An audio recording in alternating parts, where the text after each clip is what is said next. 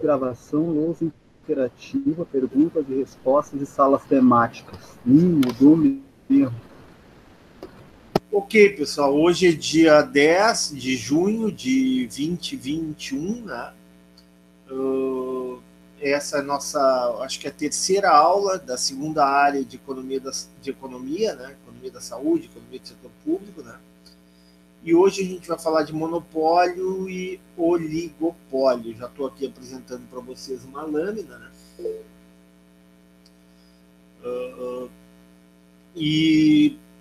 Vou dar uma olhadinha aqui na questão do calendário acadêmico. Aula que vem, semana que vem, a gente organiza as datas, tanto a data da segunda prova, né, quanto a data do exame final dessa disciplina, ok? Bom, aula passada a gente falou de monopólio, né, estruturas, e a gente está falando de estruturas de mercado, né? Estamos falando de monopólio, né? Por que estamos falando de monopólio? Vocês estão vendo aqui na tela, né, a lâmina, curva de demanda, monopólio e competição. Confirma?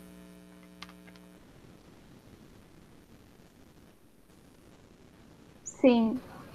Sim. Outra coisa, professor, ele tinha levantado a mão. Aqui no Solis, está marcando o último dia de aula do senhor deixa eu dar uma olhadinha, no dia 15 de julho. Então tá, então se é 15 de julho, o exame é 15 de julho, tá? Já pode agendar o exame 15 de julho. Então hoje é dia 10 de junho, aula, 17 de junho, aula, 24 de junho, aula, 1º de julho seria a nossa segunda prova, 8 de julho, entrega das notas e revisão da prova, tá? Tá. 15 de julho, o exame. Tá bem. Tá ok? Ok. Certo? É isso aí. Bom, repetindo então. O que a gente está vendo? Eu sempre falo no início da aula para a gente entender o contexto, para a gente contextualizar. Tá? O que é essa cadeira? Que se confunde, na verdade, porque nós temos aqui na sala pessoas da área da administração pública e da área da saúde. Correto? Quem é que é aqui da administração pública? Tem alguém que é da administração pública? Acho que não. Saúde. Da saúde? Não, eu tenho, sim. Porque eu sou da saúde. A Melanie.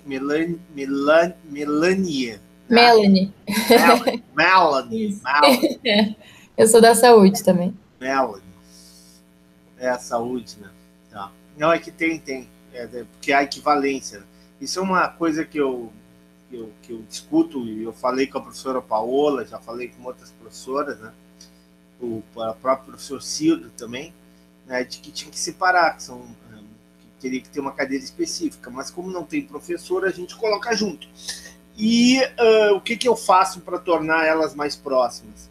Eu tento colocar exemplos, né? Tento botar exemplos da área da saúde para explicar as falhas de mercado, né? O problema das falhas de mercado. Né?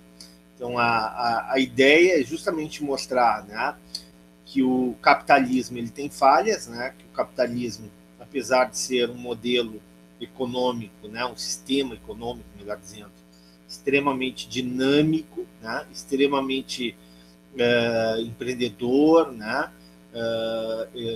e que a gente sabe, né, queira ou não, né, ele é vitorioso na corrida com outros sistemas econômicos, né, mas apesar, né, das suas virtudes, das suas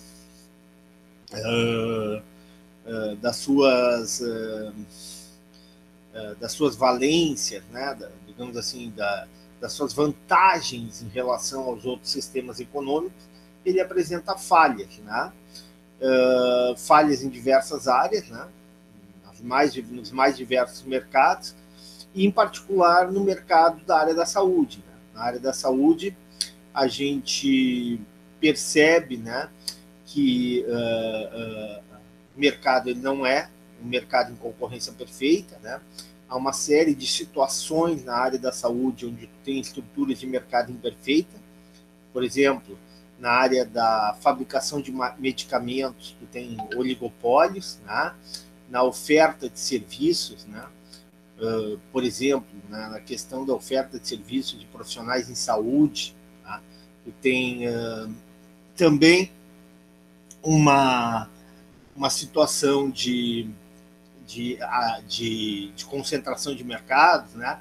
Um profissional de saúde em geral é um profissional melhor remunerado, é um profissional que demora, né? A formação, por exemplo, de um médico é uma formação demorada, né? É uma formação que leva tempo, né? E, consequentemente,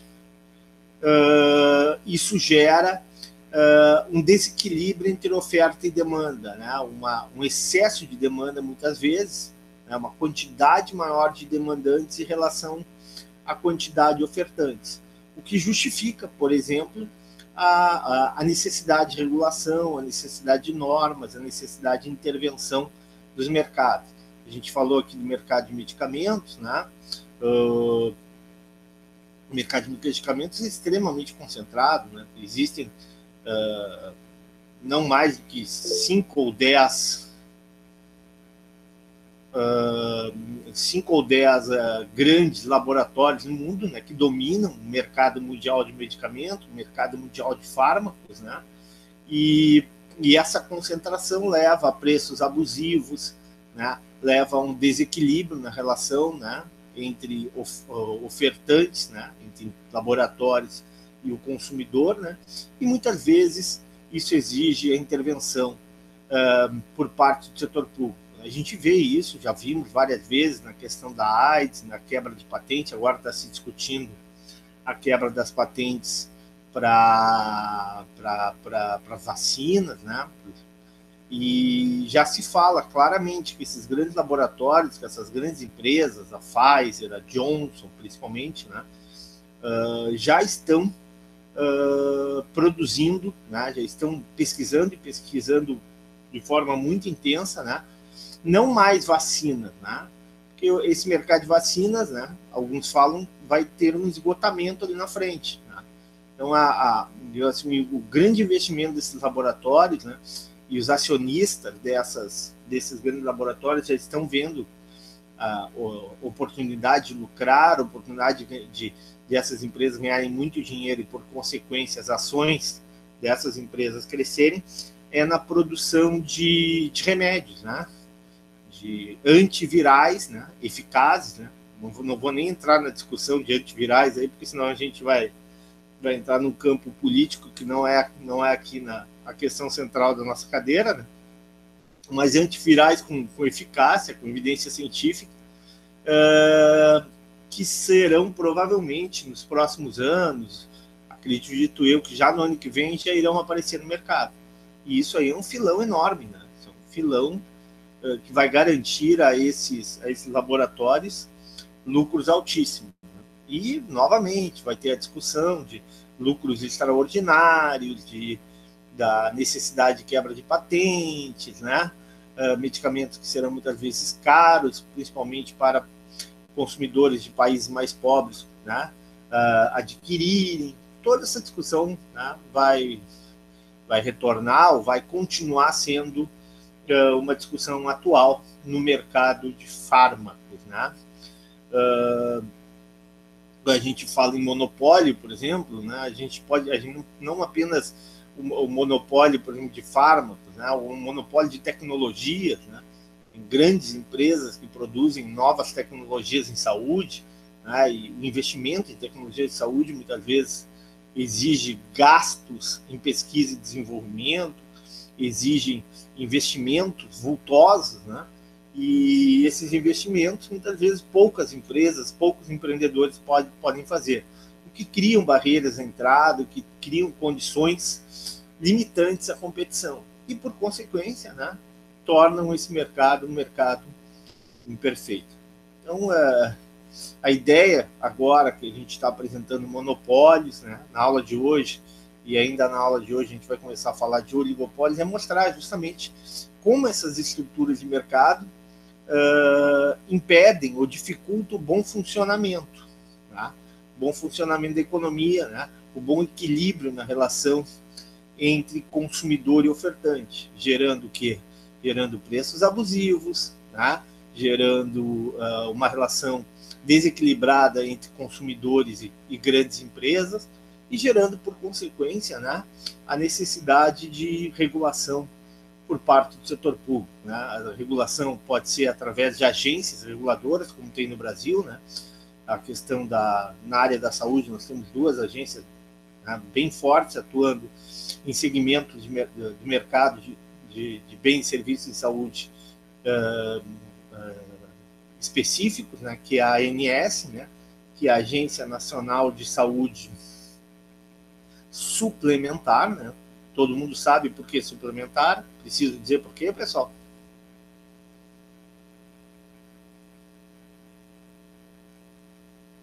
Hein? Preciso dizer por que é saúde suplementar, o nome ANS? Não. Suplementar porque uma parte de serviços que não são gerados ali pelo próprio órgão público, no caso, são prestadores de serviço que prestam esses serviços para, no caso, o SUS. Por isso que seria, no caso, suplementar, né, professor? Não, suplementar porque assim, ó, o que acontece? Se a gente pegar a Constituição brasileira e pegar a Constituição, desculpe, a Constituição não, a Constituição, ou melhor, formação, ou melhor, criação, né, ou a organização do SUS, a gente vai ver que o SUS, né, tem como princípio básico, tá na lei, né, a universalidade, né, no atendimento e a cobertura vertical e horizontal. O que seria a cobertura vertical? É a cobertura né, desde a assistência básica, passando para média e alta complexidade. Né? Ou seja, um sistema público que abarcaria, né, que garantiria os diversos níveis de complexidade de atendimento, desde o do preventivo, que vai a vacina, que vai, né, o atendimento ambulatorial, né, o acompanhamento do paciente, né, quase um médico da família, passando por procedimentos mais complexos e culminando na alta complexidade, né, no atendimento quimioterápico, no tratamento intensivo de doenças graves, né, na internação através da UTI. E isso está na lei da criação do SUS. Né? Então, a cobertura vertical, ou seja, a extensão do atendimento nos seus mais diversos níveis, e também a cobertura horizontal. O que seria a cobertura horizontal? O atendimento do SUS de uma ampla e variada, ou da mais ampla e mais variada possível gama de serviços. Né? Se a gente for ver isso, o SUS, ao longo do tempo, desde a sua criação, né, no início da década de 90, ele foi agregando serviços, ele foi agregando procedimentos, ele foi agregando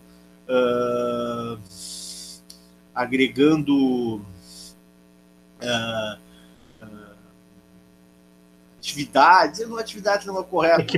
Equipamentos, técnicas, várias coisas. Não, Daniel, não estou falando de equipamento, estou falando de tipo de serviços. Vou dar um exemplo bem simples, tá? Alguns procedimentos estéticos, né, que antigamente não eram cobertos pelo SUS, né? Hoje, né, as chamadas procedimentos reparadores ou cirurgias reparadoras, ou cirurgias, né, na questão de transtornos mentais ou procedimentos, né, no tratamento de transtornos mentais, ou a questão, né, de mudança de gênero, né, tudo isso o SUS evoluiu ao longo do tempo, garantindo, né, a cobertura desse serviço que anteriormente, ou no início do SUS, não estava previsto. Né. Então o SUS tem isso, Daniel, a cobertura horizontal e a cobertura vertical. O que faz com que o plano de saúde, né, que o professor tem, no caso da Unimed, que outros, ou do IP, ou da MIL, né, sejam planos suplementares no sentido de que eles não complementam, Não, eles não agregam ao sistema único, eles não adicionam ao sistema único de saúde. Simplesmente é uma opção do contribuinte, né, do cidadão brasileiro, de acessar a esse sistema, né, de saúde suplementar. Por quais motivos? Talvez por ele acreditar que seja melhor o atendimento, que tenha melhores médicos, que a hotelaria seja melhor, né, dê mais conforto para ele e para os familiares quando de problemas médicos. Então, entenderam a diferença entre suplementar e complementar? A palavra é tua, Daniel, pode falar. Não, eu entendi, só eu estava com essa dúvida aí. Eu até imaginava que fosse assim, em lugares que fossem meio difícil o acesso ao sistema único, né, que teria esse tipo de suplementaridade, mas eu entendi, ficou claro agora. Ficou claro? Algum questionamento? Alguém quer colocar alguma coisa? É que é sutil suplementar e complementar, né? Mas ele tem que ficar bem claro, porque o momento que tu tira a palavra suplementar, tu tá dizendo que o SUS ele não é garantidor, ele não dá ao cidadão brasileiro o direito de ter cobertura horizontal e vertical de serviço. Uhum. A gente já tinha discutido isso numa outra disciplina, políticas públicas, mas a gente não se toca e esquece. É muita coisa a gente esquece, mas faz sentido. Tá, e claro, e aí seria então a Agência Nacional de Saúde Suplementar, que essa aí é específica para quê? Para regular, para disciplinar o mercado de plano de saúde, né?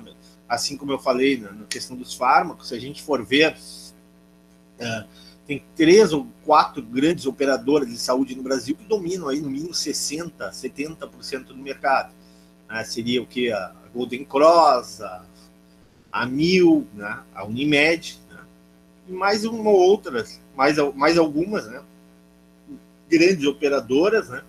Que dominam esse mercado de plano de saúde. Então, o papel da ANS, né? Da Agência Nacional de Saúde Suplementar, é justamente equilibrar essa relação de forças entre segurado e seguradora, né? Garantindo, né, que os contratos, que os reajustes de preços, que a prestação de serviços, né, garantindo a fiscalização da qualidade, né, da prestação desse serviço e dando, né, um equilíbrio maior nessa relação entre demandante, que é o segurado, e o ofertante, que é a seguradora. E tem a Anvisa, né, que é uma agência, né, de vigilância sanitária. Novamente, a ideia é dar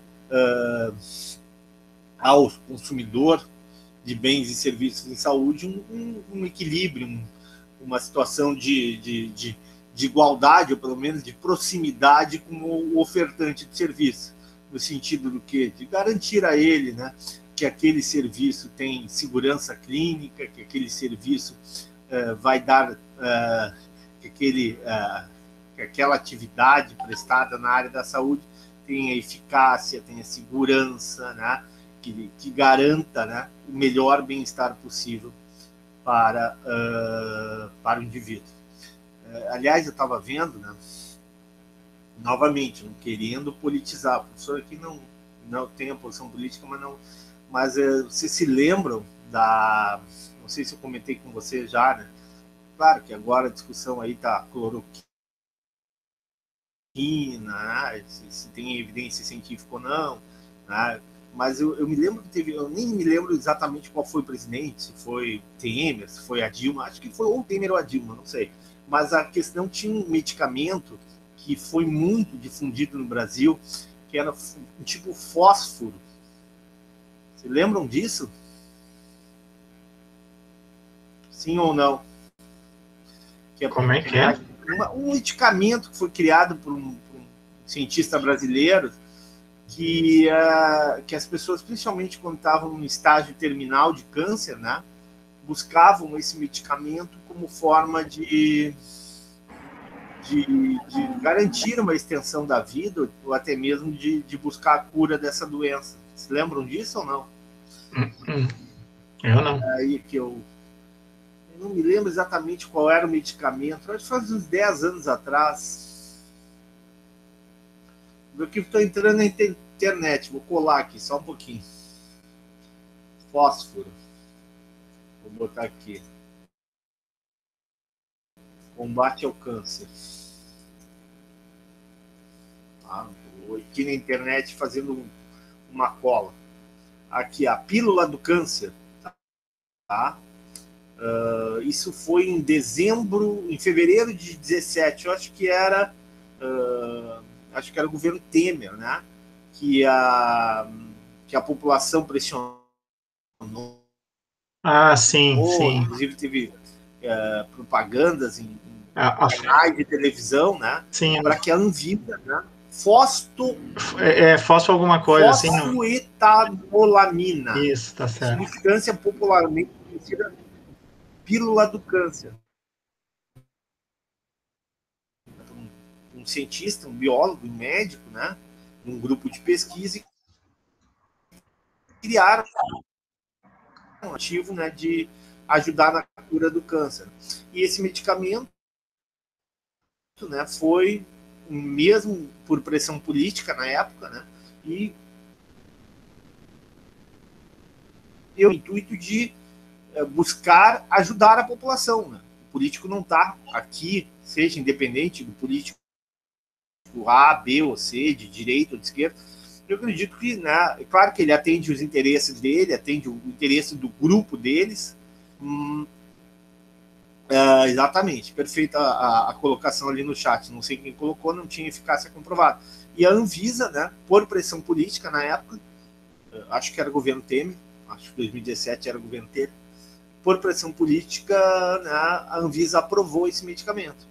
Passado algum tempo, passado 2 ou 3 anos, né, se fez ensaios randomizados, duplo cego, tudo aquilo, né, que a medicina baseada em evidência exige, né, e ficou provado que o medicamento não tinha eficácia para o tratamento do câncer. Então, assim, esse é o papel das agências, né? O papel das agências é não ser pressionadas por governo, não ser pressionadas por grandes empresas, por grandes corporações, e garantir cada uma na sua área, né? Garantir cada uma na sua área o equilíbrio. Até pessoas morreram, pois investiam, vou ler aqui direitinho no chat, até pessoas, a Elise aqui, até pessoas morreram, pois investiam nesse tratamento, abandonando o tratamento correto. Eu não sabia disso, né? Sim, agora lembro, estavam vendendo até pela internet, mas não tinha eficácia. Então, assim, esse é o papel da regulação. A regulação é justamente garantir ao consumidor, muitas vezes é a parte menos conhecedora, né, dada a complexidade desse mercado, né, o equilíbrio na relação com, principalmente, as grandes empresas. Ok? Entenderam? Bom, então vamos lá. Eu estou aqui na lâmina 25, ó. Eu vou passar rapidamente. Agora eu não estou acompanhando o chat, tá? Quem quiser colocar no chat, ou quem quiser ler alguma questão pertinente no chat, ou fazer uma pergunta no chat, por favor, faça, né? E o colega que estiver com o microfone ligado, passa para o professor. Então aqui eu estou aqui com a lâmina, né? E a lâmina mostra o quê? A lâmina mostra a curva de demanda, monopólio e competição. A firma competitiva é a firma monopolista. Basicamente, o que eu tenho?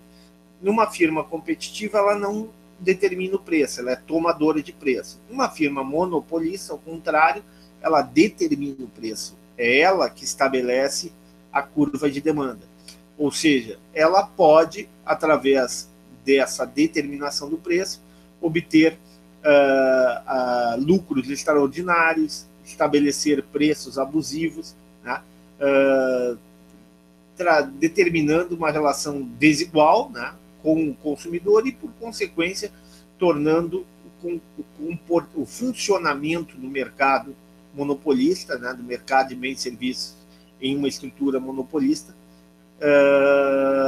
ineficiente ou menos eficiente do que seria em condições de competição ou concorrência perfeita. Ok, estou passando aqui a lâmina. Tá. Aqui vocês estão enxergando, né? O que eu tenho aqui? Receita total, receita média e receita marginal de um monopólio. Tá? Então vamos supor que eu seja proprietário de uma fonte de água mineral. Tá? Ou seja, eu seja monopolista dessa fonte, ou seja, sou eu o único ofertante de água mineral na cidade. O que vai acontecer? Eu vou poder determinar ou quantidade de água ou preço, tá? Mais do que isso, tá? No momento que eu posso estabelecer a cota de produção ou posso estabelecer o preço associado a um nível de produção, por exemplo, preços diferentes por níveis de produção diferentes, por níveis de quantidade de água ofertada diferente, eu vou ter, consequentemente, o quê? Receitas diferentes e lucros maiores do que o lucro normal, os chamados lucros extraordinários de monopólio. Então, o monopolista, diferentemente da empresa, né, do agente econômico, do empresário que atua em concorrência perfeita, ele pode, estou passando o mouse aqui, ele pode ou estabelecer cotas de produção, produzir mais ou menos, ofertar mais ou menos, e também pode determinar o preço. À medida em que ele controla essas duas situações, ele tem uma receita total, né? E, só que a receita total nada mais é do que a quantidade vezes preço, 0 vezes 11, se a quantidade é 0, né, a receita total é 0. Se ele vai vender, sei lá, 1000, aqui vamos supor que esteja em milhares de galões, tá? 1000 galões, né? Ele vai vender 1 vezes 10, algo que seja um grande galão, né? A receita total vai ser 10, né? Quantidade vezes preço igual a receita total. 2 vezes 9, 18, 3 vezes 8, 24, assim por diante. Se a gente olhar aqui, qual é a quantidade de água que o nosso monopolista iria ofertar, pessoal, para maximizar a receita? Não estou falando de lucro, estou falando de maximizar a receita agora. Ele ofertaria quantos galões de água? Alguém responde?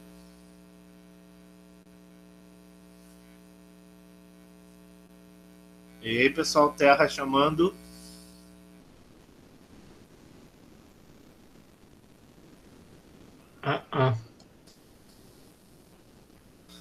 Vamos lá. Estão enxergando a tabela aqui? É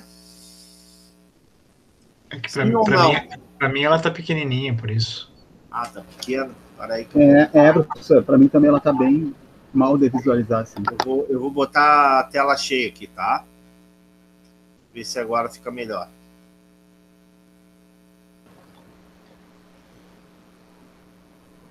E agora? Melhorou? Sim. Melhorou.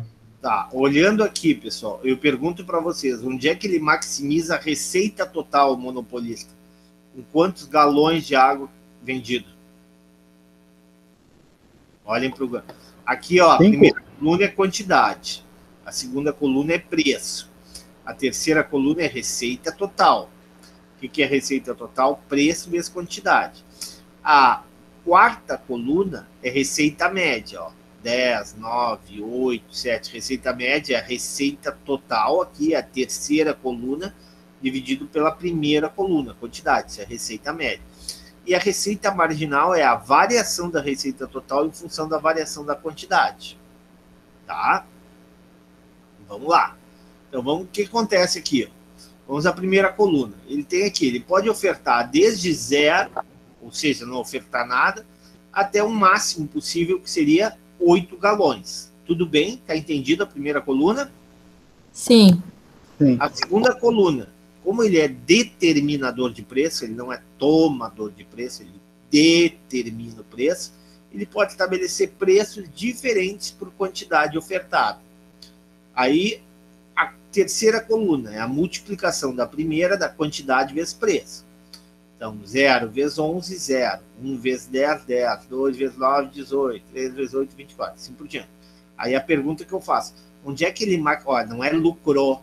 Lucro é receita menos custo. Onde é que ele maximiza receita, faturamento? Qual é a quantidade de água vendida?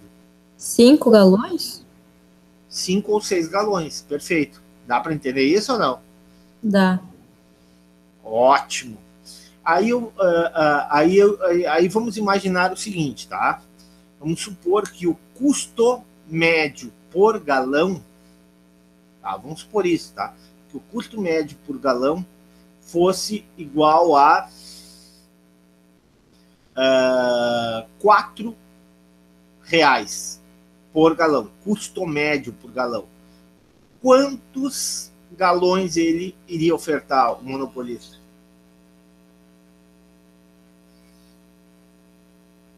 Se ele ofertasse 8 galões, qual seria a receita por galão, o ganho por galão?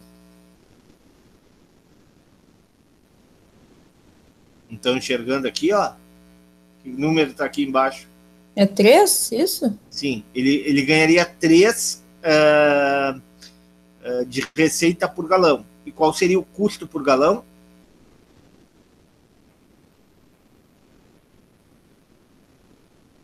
Não, vou de novo. Tá. Para ele ofertar um galão, ele tem um custo médio por galão de R$ 4. Tá? Aqui o que a gente está vendo? Dependendo da quantidade de galões, ele tem um custo por galão, uma receita por galão diferente. Tá? Uma receita por galão diferente.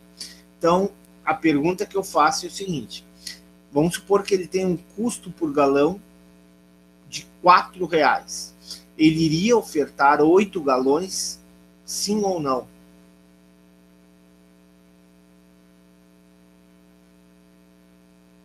Tá. Vocês não estão entendendo, né?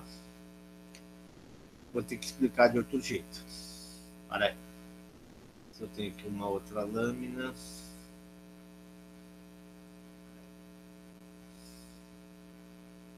Só um pouquinho. Olha aqui, pessoal. Tá? Vou usar essa lâmina e depois a gente volta, tá? Aqui, vou tirar isso aqui. E vou mostrar para vocês o seguinte. Estão me escutando? Sim. O nosso monopolista, ele é determinador de preço. O que é determinador de preço? Ele define preço. Tá? Vamos supor que ele defina o preço seguinte: o meu preço que eu vou cobrar para o consumidor vai ser de R$ 6 por galão. Vocês sabem o que é o galão? O galão é uma unidade de medida americana, ok? Então vamos botar R$ 6 por... já que galão é americano, vamos botar R$ 6 por litro. Tá? De água mineral, ou por 5 litros de água mineral. Vamos supor que ele bote R$ 6 por 5 litros. Ele sabe que para ofertar uma garrafa mineral de 5 litros, ele tem um custo de R$ 4.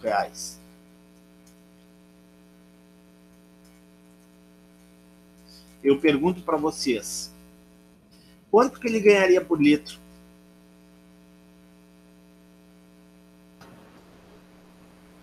R$ 2. R$ 2. Ele ganharia R$ 2 por litro. E ele, para obter o ganho total, o lucro total dele, qual seria o cálculo? Seria esses R$ 2, que é o ganho, que é a diferença, né, entre a receita que ele ganha por litro e o custo que ele ganha por litro. Então, R$ 2 seria o ganho do empresário, tá?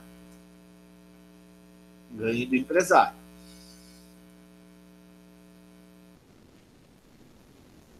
Tá. Bom, E aí, ele ia pegar esse ganho, tá? Ia pegar esse ganho dele e ia multiplicar pela quantidade de galões ou de garrafões de 5 litros que ele iria vender.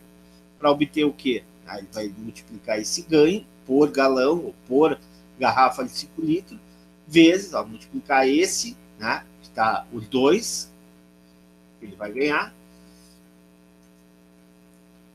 vezes a quantidade, né, de garrafas que ele vai vender, que ele quer vender, para obter o quê? O lucro total dele. Para obter o lucro total dele. O que eu estou querendo dizer aqui? Eu estou querendo dizer que, diferentemente do agente, da empresa que atua em concorrência perfeita, né, empresa essa que não tem o poder de determinar preço, o monopolista, na medida em que ele controla o preço, que ele estabelece qual preço é o mais favorável para ele, independente do comportamento do consumidor, independente das escolhas dos consumidores, tá? O que ele vai ter? Ele vai estabelecer um nível de produção, o nível de oferta que maximiza o seu lucro. Não é o mercado que vai determinar o equilíbrio, não é o mercado que vai determinar a quantidade demandada e ofertada, né? Vai ser o poder de monopólio, vai ser o poder que esse monopolista tem em determinar ou preço ou quantidade ofertada. Esse é o grande problema do monopólio. Na medida em que eu garanto a uma empresa, seja de forma legal, através de patentes, através de direitos autorais, ou simplesmente por essa empresa ser detentora de recursos naturais, ou detentora, nesse caso aqui, de uma fonte exclusiva, né? No momento que tem uma situação de monopólio, essa situação estabelece o quê? Estabelece uma relação desigual, desequilibrada entre o ofertante, né? Entre o monopolista, o único ofertante, e os consumidores, exigindo o quê? Exigindo a intervenção do setor público, exigindo a participação do setor público para que essa situação não gere, né, um mercado ineficiente, um mercado que estabeleça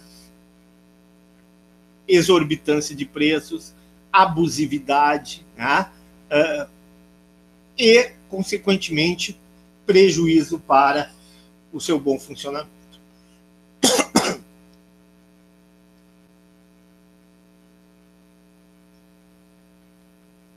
Perguntas? Perguntas, pessoal? Professor, na minha visão aqui ficou bem claro. Tá, aqui tem um gráfico muito complicado que eu não vou cobrar de vocês, tá? E depois eu vou comentar um pouco quando tiver a lista de exercícios aí sobre esse gráfico. Mas esse gráfico mostra justamente isso, né? Na medida em que o monopolista ele consegue determinar preço, né, o que acontece? Né? O preço do monopólio vai ser um preço acima do preço de concorrência perfeita. Tá? Ser um preço mais alto que o preço de concorrência perfeita. E essa diferença entre o preço do monopólio e o preço de concorrência perfeita é justamente o que a gente chama de lucros extraordinários do monopolista. Tá? Então, o monopolista, à medida que ele pode controlar a quantidade ofertada ou o preço, né, ele consegue estabelecer um preço mais alto e, por consequência, um lucro maior. Tá? Ó, do ponto de vista do consumidor, o monopólio é indesejável. Por que o monopólio é indesejável? Porque, do ponto de vista do consumidor, o consumidor não tem como afetar o preço. O preço é determinado pelo monopolista. Contudo, do ponto de vista da firma, o monopólio é desejável. Por quê? Porque ele pode determinar um nível de produção que maximiza o seu lucro. Tá? Bom, aqui a questão do combate ao monopólio. Como combater o monopólio?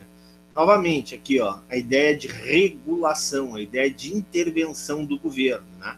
O governo pode, através de medidas, né, tornar as atividades monopolistas mais competitivas, né? Regulamentação, transformando alguns monopólios privados em empresas públicas, né? Ou seja, buscando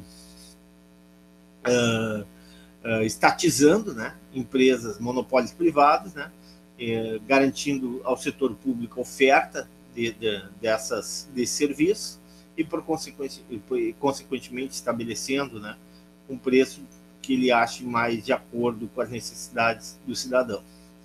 Aqui também uma situação não fazendo nada. Tá? Aqui a gente falou, aula passada, né, isso foi as leis antitrust, né, as leis antimonopólio, né, foram criadas ainda. Oi? Eu gostaria de lhe fazer uma pergunta, o senhor perdoe me interromper.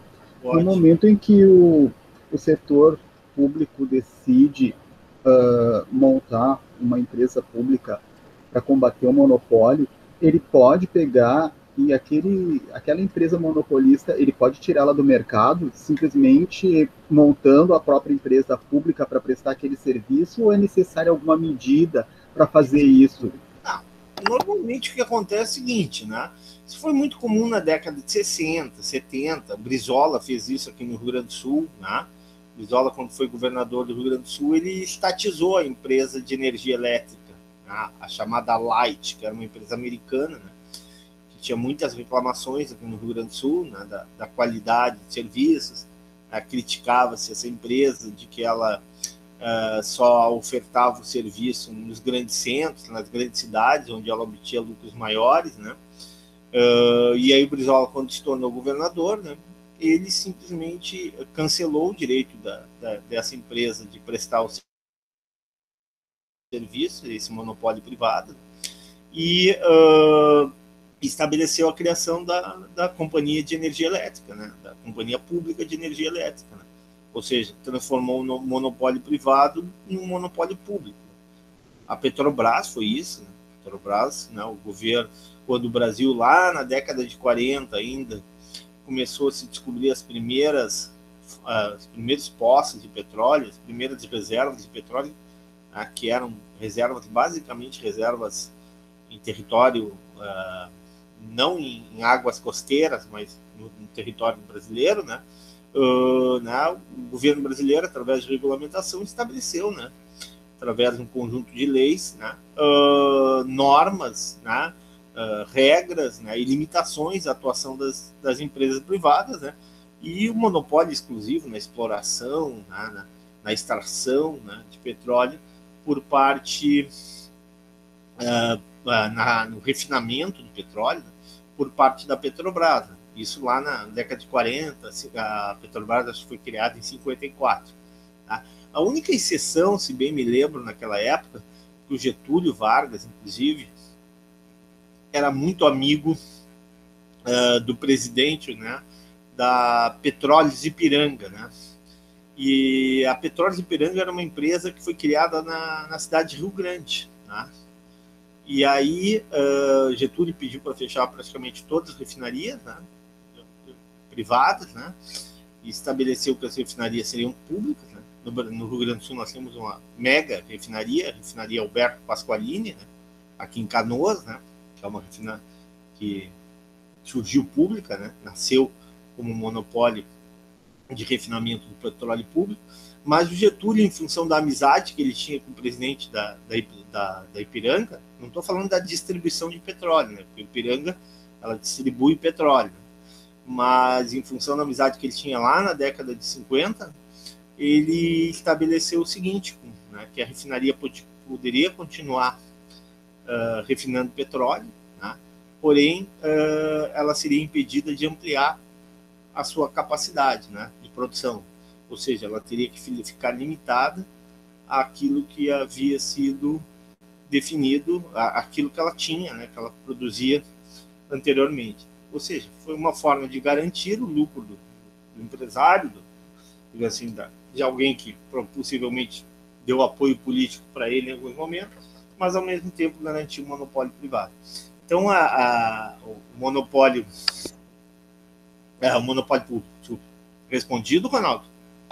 Sim, senhor, mas uma pergunta.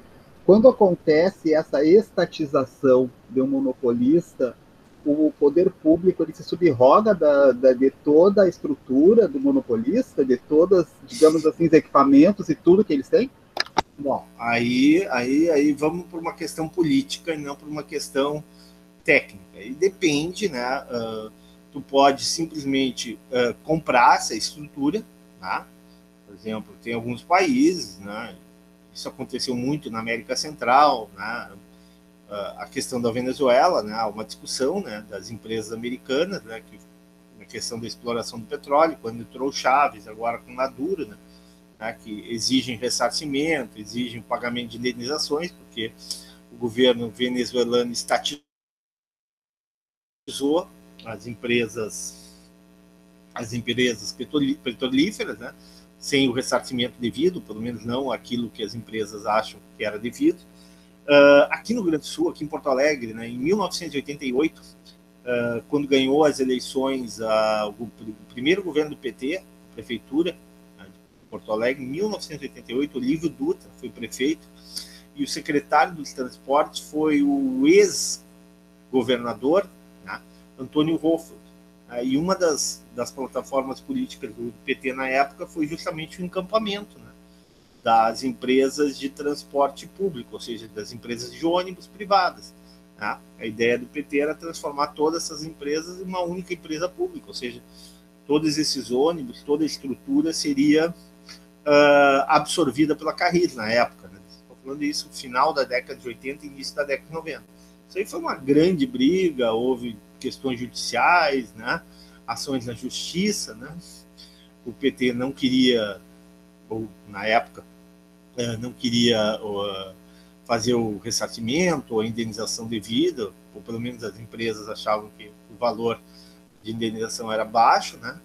Isso foi judicializado, né? O PT mudou de ideia ao longo, né?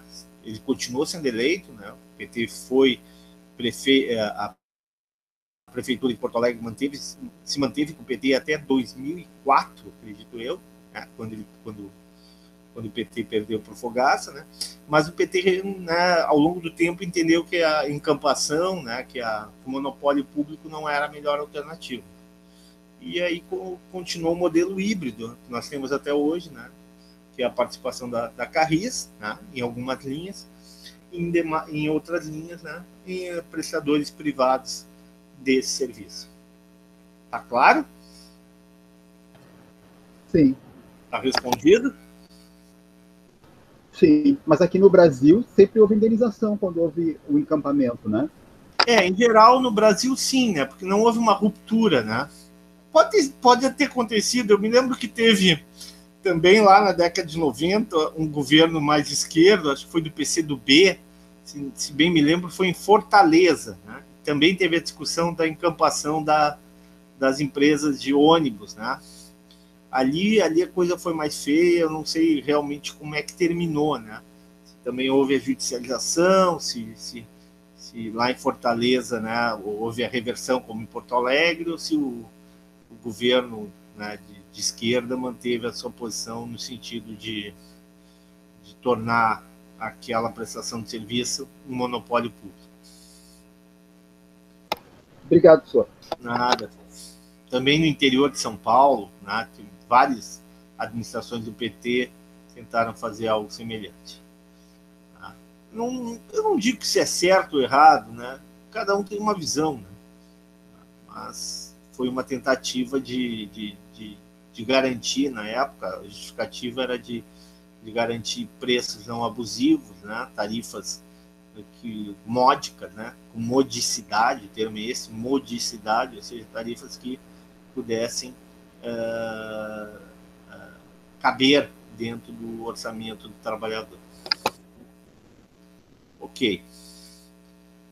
Tá, aqui já falamos, aula passada, sobre leis antitrust, né, a importância dessas leis, né, como forma de evitar uma maior concentração do mercado, né, evitar ainda um poder ainda maior para poucas empresas. Né.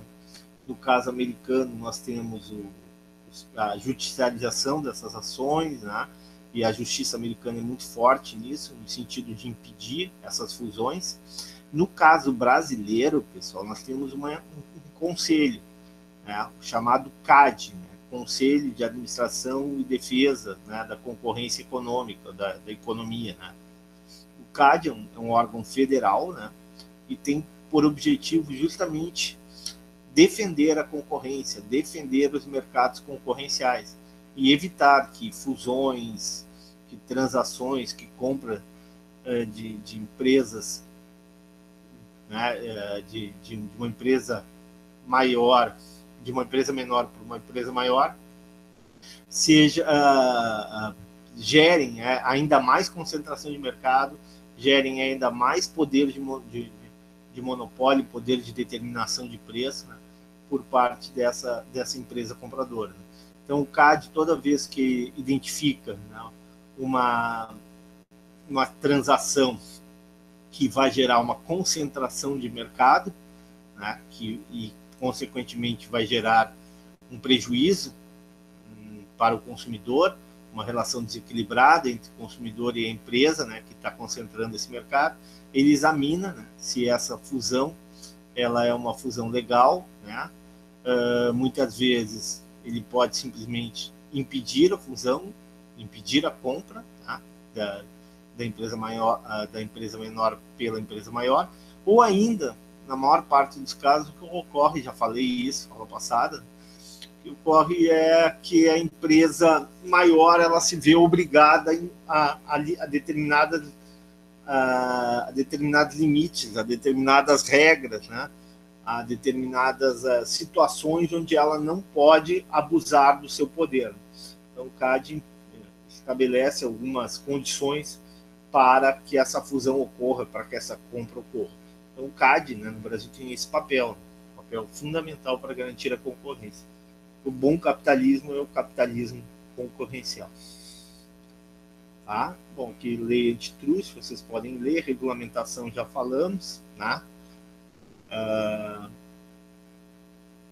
A regulamentação, ela pode, né, se ela for uma boa regulamentação, ela pode beneficiar o bom funcionamento do mercado. Isso aqui a gente vai ver no exercício específico, tá? Aqui eu pedi para vocês fazerem a leitura, tá? A ideia do governo não fazer nada, né, se ele achar melhor do que a intervenção. Isso aqui eu também pedi para que vocês lessem, espero que vocês tenham lido. Aula passada, discriminação de preço nós falamos, aula passada também, né? já vimos isso aula passada, né?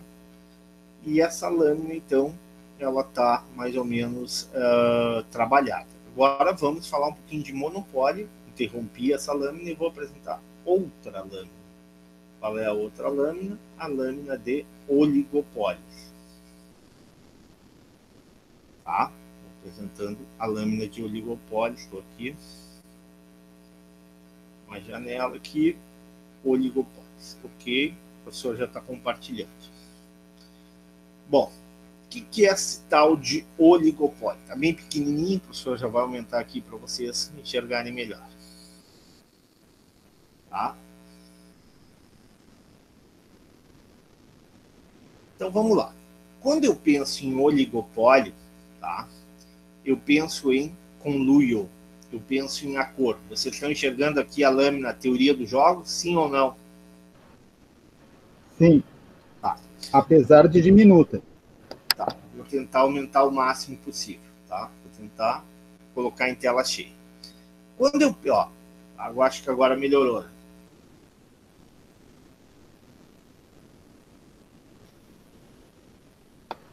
Para mim continua a mesma. Não melhorou? Tela cheia? E aí, pessoal? Professor, para mim não cresceu. Não cresceu nada. Vamos ver aqui. E agora? Cresceu? Melhorou um pouquinho, sim. Tá, vamos lá. Fala, Daniel. Não, é que uma vez eu aprendi que... Uma vez não foi isso, foi anteontem, que é tu colocando, não naquele modo de apresentação, mas do lado do modo de apresentação, que é um livrinho ali do lado, ele aumenta. Não sei se vai acontecer isso. Tá, coloquei ele. Só que eu acho que tu não enxerga mais nada, mas aumentou para nós. Tô certo aí ou não? Não, eu Ou tô não? escutando bem. Aumentou sim, Daniel. Valeu, Daniel, obrigado. Então, quando cair na prova, isso aí tu já sabe, tu aperta esse botãozinho aí, tá bom, Ricardo? Tá bem, tá bem. Tá. Então, o que a gente vai ver agora? A gente vai ver um pouquinho sobre oligopólio. Mas antes de falar de oligopólio, que é o tal do oligopólio? O oligopólio é um conjunto de pequenas empresas que detêm o poder de mercado. Vou repetir. Monopólio é uma única empresa que detém o poder de mercado. Oligopólio é um conjunto de pequenas empresas que detêm, se organizadas, se em conluio, se na formação de um cartel, de forma cooperativa, atuam no interesse comum. Qual é o interesse deles? Maximizar lucro, maximizar ganhos. Então é diferente do monopólio. Monopólio, a empresa ela é monopolista, ela determina preço, ela determina quantidade ofertada e, consequentemente, consegue, através dessa determinação, obter lucros extraordinários.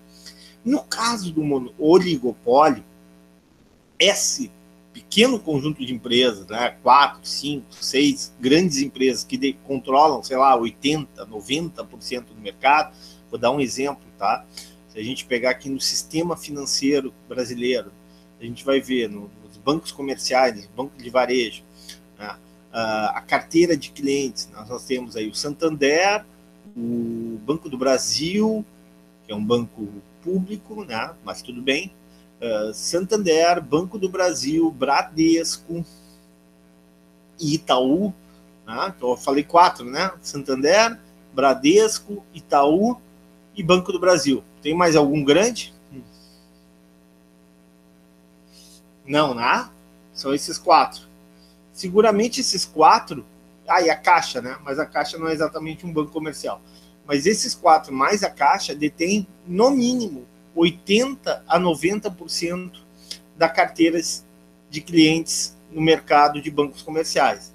Então, eles poderiam, em tese, se organizarem, né, e formarem um cartel, formarem um grande acordo, um grande conluio com que objetivo? De maximizar lucros. Bom, então o que a gente vai ver a partir de agora? A gente vai ver oligopólios, a formação de oligopólios.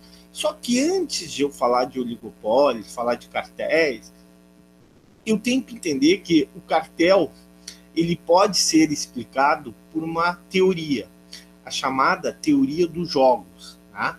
O que é essa teoria dos jogos? Né? Tem um filme que é muito legal, vale a pena assistir. Vocês lembram? Já ouviram?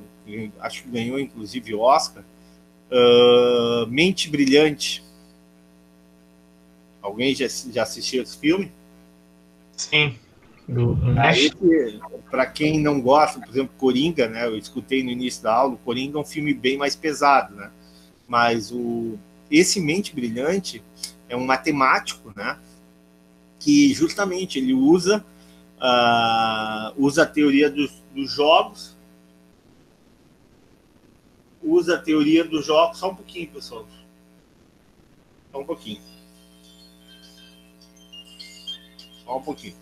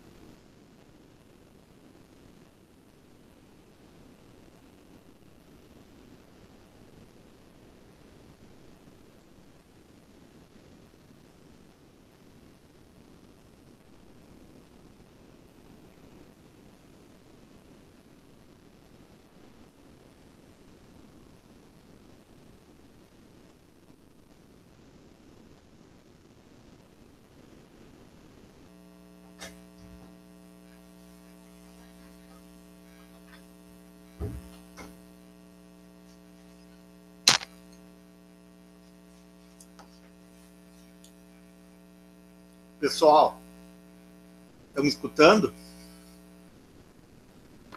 Sim, sim. Desculpe, pessoal, tive que atender o meu velho que me ligou aí agora.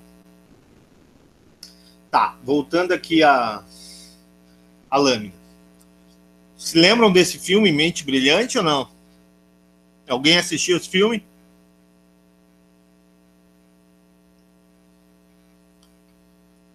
Não?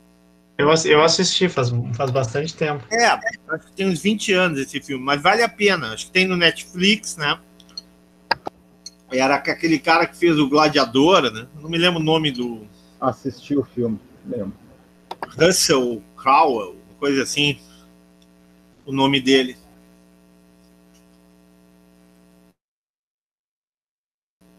E o que falava esse filme? Justamente sobre a vida desse cara, né? E a elaboração da teoria dos jogos. Né? O jogo mais famoso, elaborado, né? Ou seja, digamos assim, o jogo mais conhecido da teoria dos jogos é o Dilema dos Prisioneiros, que vocês estão olhando aqui na tela. Tá? Aliás, por curiosidade, tem outro filme aqui na tela. Tem o filme de Bonnie e Clyde. Já ouviram falar de Bonnie e Clyde? Sim. Bonnie e Clyde, uma rajada de balas. Né? Bonnie e Clyde era um casal, né, de assaltantes que, acho que no início do século, né, nos Estados Unidos, tiveram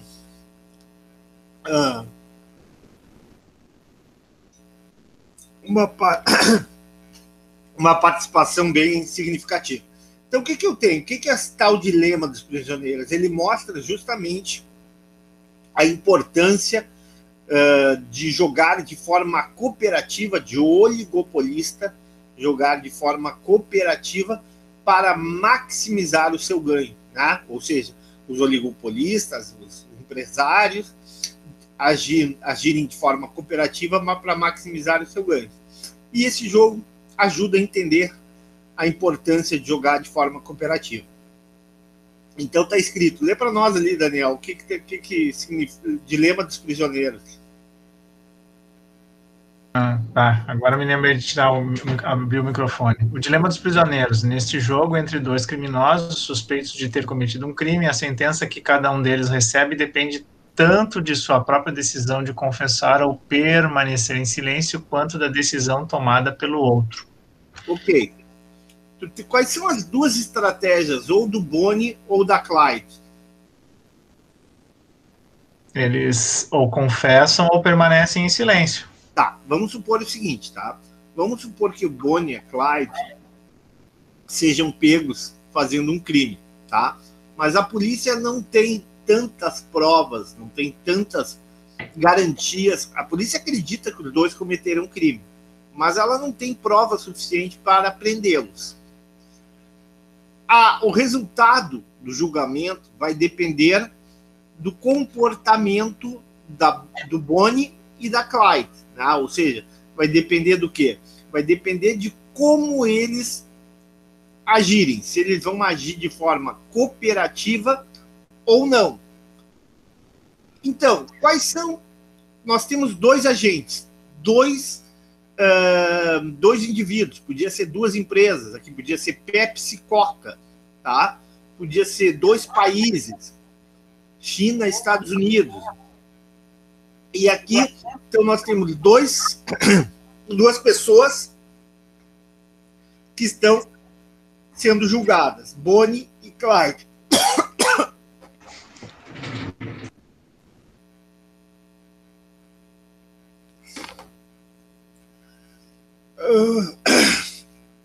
Só um pouquinho.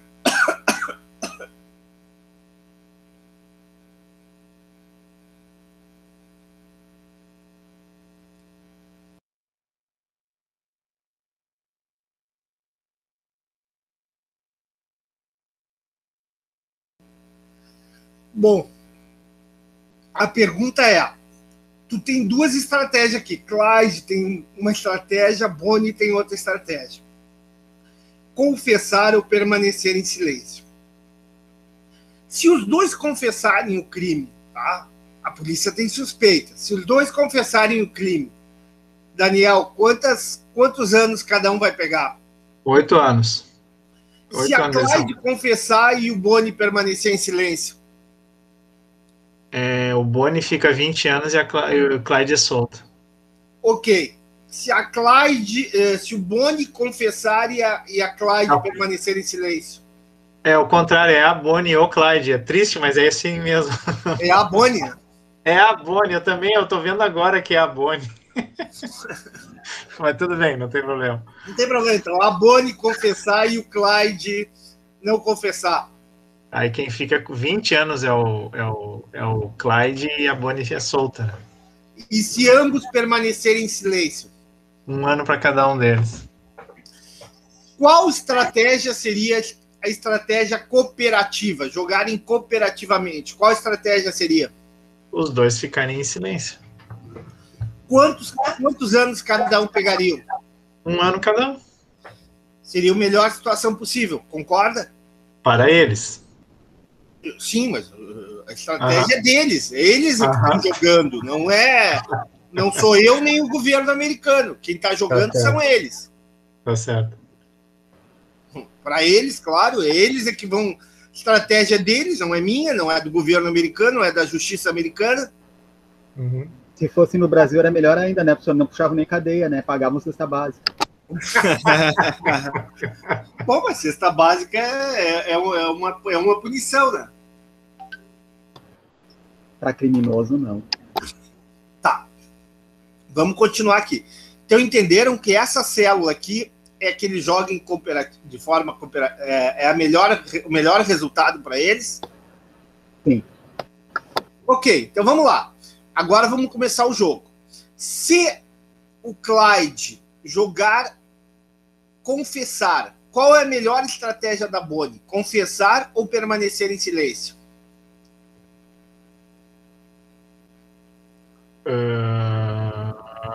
Se Clyde confessar... se Clyde confessar... Qual é a melhor estratégia do Bonnie?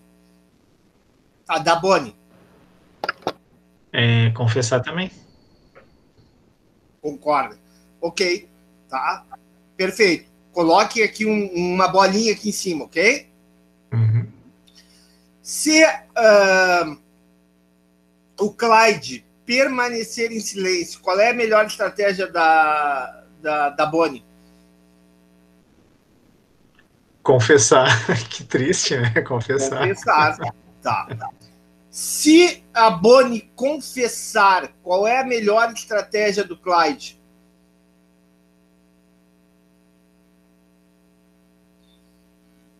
Também confessar. Se a Bonnie confessar, o Clyde pode confessar e pegar 8 anos, ou não confessar e pegar 20 anos. O que ele vai fazer?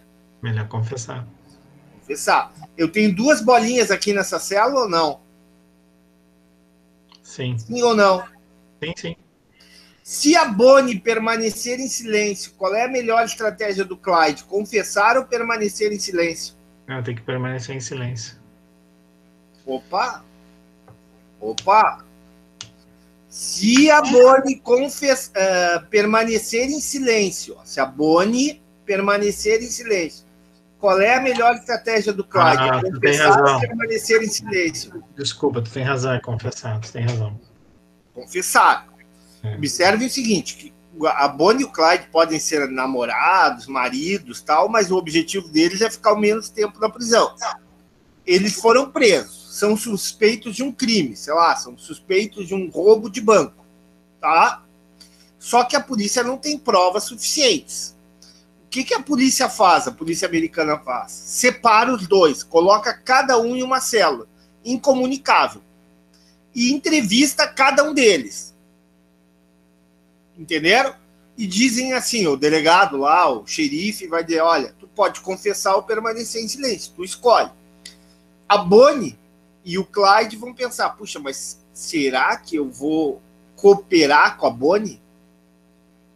A Bonnie pensa assim, será que eu vou cooperar com o Clyde? Será que esse desgraçado não vai me enganar? Não vai me trair? Eles não se comunicam. Dentro dessa lógica, eles vão escolher o quê? a estratégia baseada na maximização do ganho deles ou pensando no outro?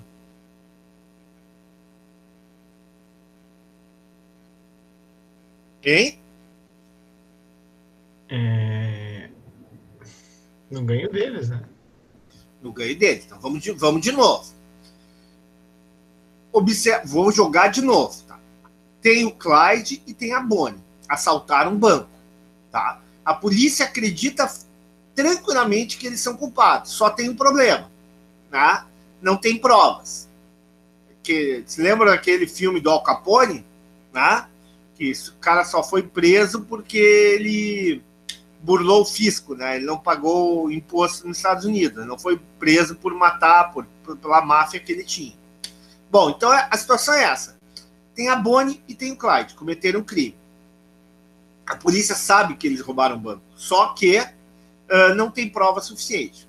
O que a polícia faz? Pega os dois e coloca os dois em celas separadas, incomunicáveis. E aí, primeiro entrevista a Bonnie. A Bonnie está aqui, ó. Tá na coluna. A Bonnie é a área escura, ó. Tá vendo? São os triângulos escuros. Aí eu digo, a Bonnie tem duas estratégias. Ou confessa ou fica quieta. Permanece silêncio, não confessa. O Clyde também tem duas estratégias. Ou confessa ou não confessa. Permanece silêncio. Então vamos primeiro para a Bonnie. A Bonnie confessa. Ela vai lá e confessa. Mas o Clyde não sabe disso. Mas o Clyde sabe que ela pode confessar. Eu pergunto, sabendo disso, né? Sabendo que o Clyde sabendo que a Bonnie pode confessar, qual estratégia ele vai escolher? Confessar, ó, agora é o branquinho. Ele vai confessar ou permanecer em silêncio?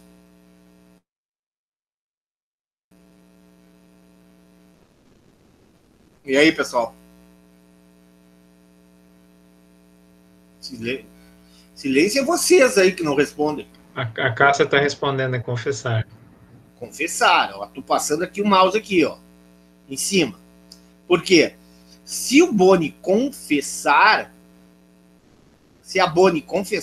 o Clyde pode confessar ou permanecer em silêncio.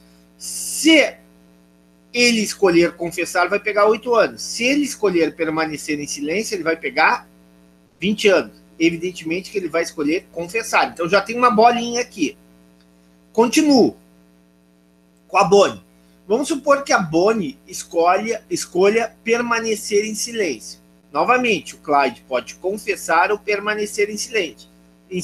Eu pergunto, o que o Clyde vai escolher? O que é melhor para ele? Dado que a Bonnie escolheu permanecer em silêncio. Qual é a melhor estratégia do Clyde? Confessar ou permanecer em silêncio?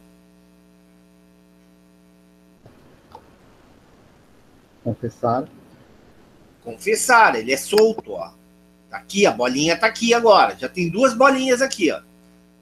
Confessar e aqui também tem outra bolinha. Pronto, vamos lá. Agora vamos pro outro lado.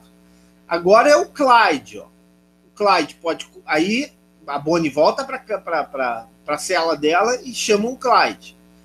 Se o Clyde confessar, qual é a melhor estratégia? Aliás, é o contrário, né?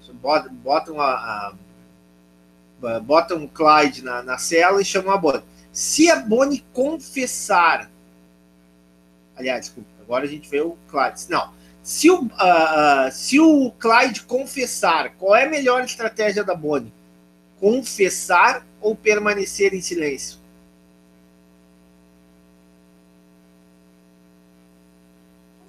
Confessar também? Confessar, ó. Condenada a 8 anos, ó. Melhor do que ser condenada a 20. Eu já tenho duas bolinhas aqui, ó, Juliana, tá? Tem duas bolinhas aqui, não tenho? Juliane. É Juliane, tá? Juliane, eu tenho duas bolinhas aqui, não tenho? Uhum. Tá. Agora vamos lá. Vamos supor o seguinte, que a decisão do Clyde é permanecer em silêncio. A decisão do Clyde é permanecer em silêncio. Qual é a melhor decisão da Bonnie? Permanecer em silêncio. permanecer em silêncio, né? Ok? Bom, qual é o quadradinho aqui que tem duas bolinhas? Aliás, permanecer em silêncio, não, desculpe. Se ela permanecer em silêncio, ela vai pegar 1 ano. Se ela confessar, ela é solta. Sim ou não? Sim. Sim. Querem que eu vá de novo, resolva de novo esse exercício? Vamos com calma? Vamos mais uma vez? Melhor. Então vamos lá. É a última vez. Vamos com calma, a gente vai resolver isso. Se a gente entender esse exercício, a gente entende todos os outros. Vamos lá. Eu tenho a seguinte situação. Eu tenho a Bonnie e o Clyde. Eu tenho duas pessoas, eu posso ter 2 empresas, posso ter 2 países, posso ter 2 organizações, posso ter 2, sei lá, times de futebol, tá? Depois a gente vai ver que tem uma infinidade de situações possíveis. Nesse caso, são 2 pessoas que cometeram um crime e são suspeitos. Bom, são parceiros. A Bonnie e o Clyde são parceiros. Mas, todavia, entretanto, contudo, o objetivo é de maximizar o benefício individual, não o benefício coletivo. É assim que o ser humano pensa. Tá? A gente viu bem isso na pandemia. Né? As pessoas querem se vacinar o quanto antes. Se lembram quando começou a pandemia, que não tinha mais gel, não tinha mais papel higiênico? Ninguém estava pensando no coletivo, as pessoas estavam pensando no individual. As pessoas foram no supermercado, encheram o carrinho de coisas no supermercado, assim por diante. Ok. Dito isso, vamos lá. Vamos começar aqui. O Clyde. O Clyde pode confessar ou permanecer em silêncio. A Bonnie pode confessar ou permanecer em silêncio. Vamos lá. Se o Clyde confessar, qual é a melhor estratégia da Bonnie? Confessar ou permanecer em silêncio? É a parte escura aqui do triângulo. O que vocês respondem? Confessar. Então bota uma bolinha aqui, ó. Já tem uma bolinha aqui.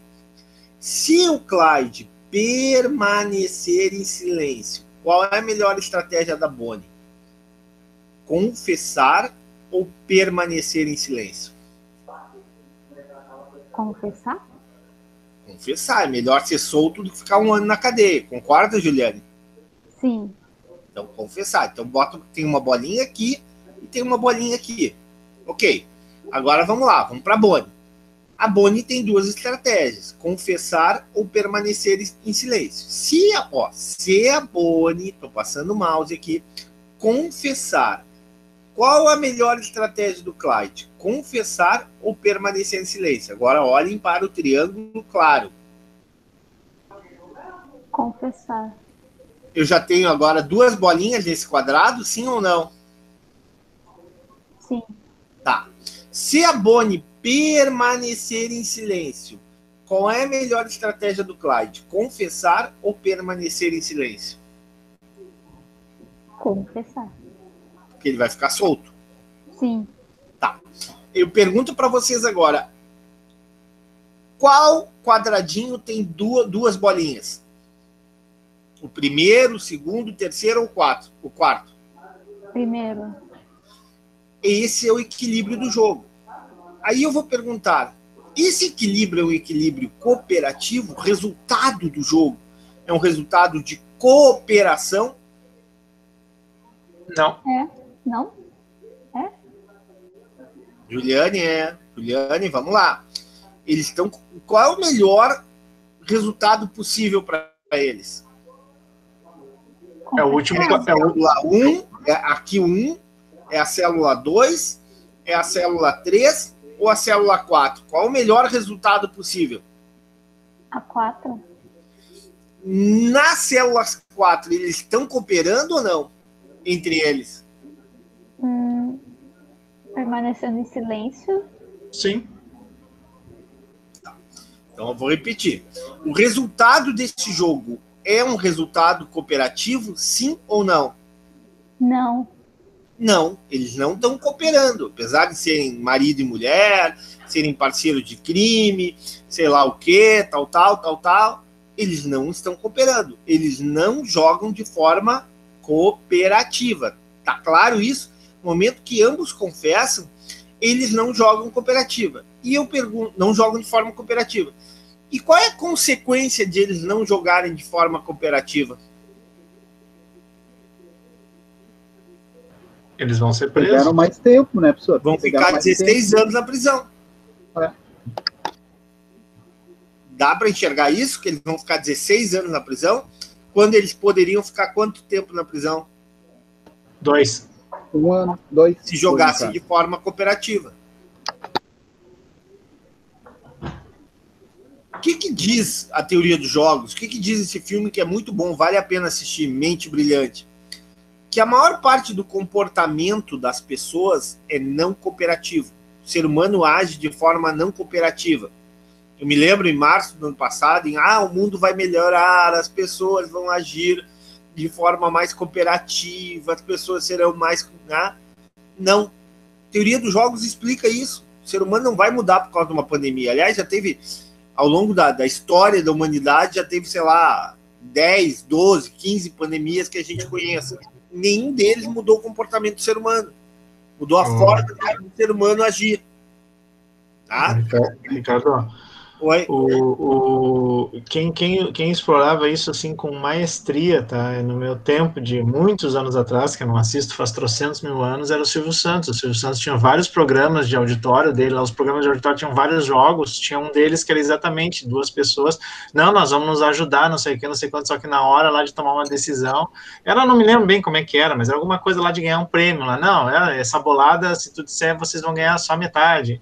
Não, mas nós vamos se cooperar. E na hora eles não cooperavam. Saíam sempre, a maioria das vezes saíam sem o dinheiro. Eu me lembro quando eu era piá, eu assistia isso na casa da minha avó, era bem isso aí.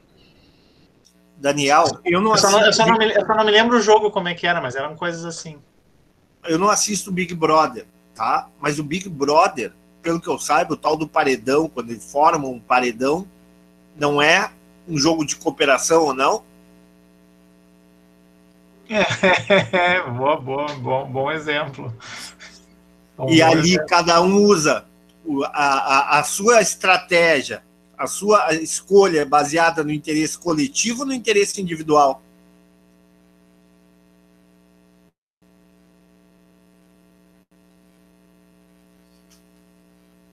O que vocês acham? No interesse coletivo ou no interesse individual? Individual, ali. Claro, interesse individual, né? O objetivo é ganhar o prêmio, ficar mais tempo possível na casa. O que o Nash, né?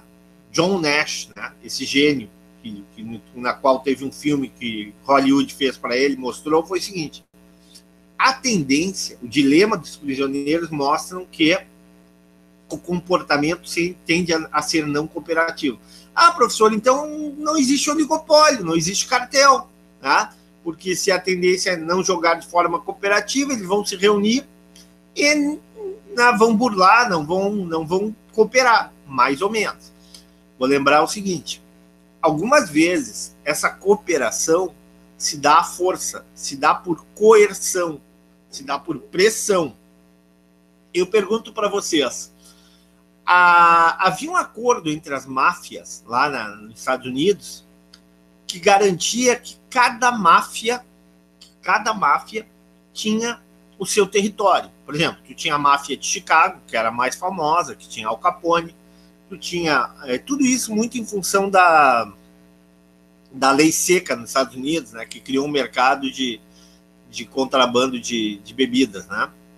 Bom, tu tinha a máfia de Chicago, que era comandada por Al Capone, tu tinha a máfia da Califórnia, de Los Angeles, tu tinha a máfia de Nova York, até o Frank Sinatra era amigo da máfia de Nova York, todo mundo já sabe, e tinha outras máfias menores, Miami, assim por diante, tá? Ok? Bom, o que acontecia? A lógica seria não agir de forma cooperativa, mas eles agiam de forma cooperativa por quê? Quem é que me responde?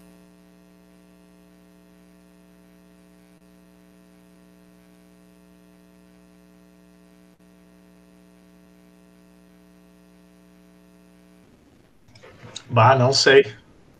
Por coerção. Por coerção. O que acontecia se alguém invadia o mercado do outro? Matavam.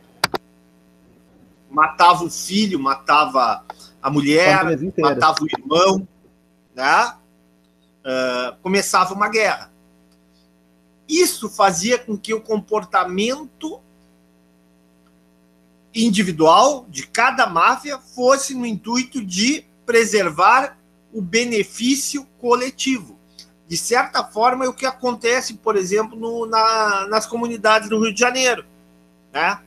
O que tu tem? Tu não tem lá um grupo de traficantes, não, sei lá, na Rocinha, lá no Alemão e assim por diante, né? Vidigal, sei lá, diversas áreas. Muitas vezes, o que acontece? Cada grupo desses aí tem um acordo tácito. O que é um acordo tácito? Alguém sabe o que é um acordo tácito? Não é um acordo escrito, é um acordo de boca. Ninguém vai escrever um acordo desse, ninguém vai registrar em cartório, concordam? Sim. Tem um filme que mostra bem isso, Cidade de Deus. Já viram o filme Cidade de Deus? Sim. No filme não estava dividido a Cidade de Deus em 3 ou 4 grupos? Se lembram disso ou não? Sim.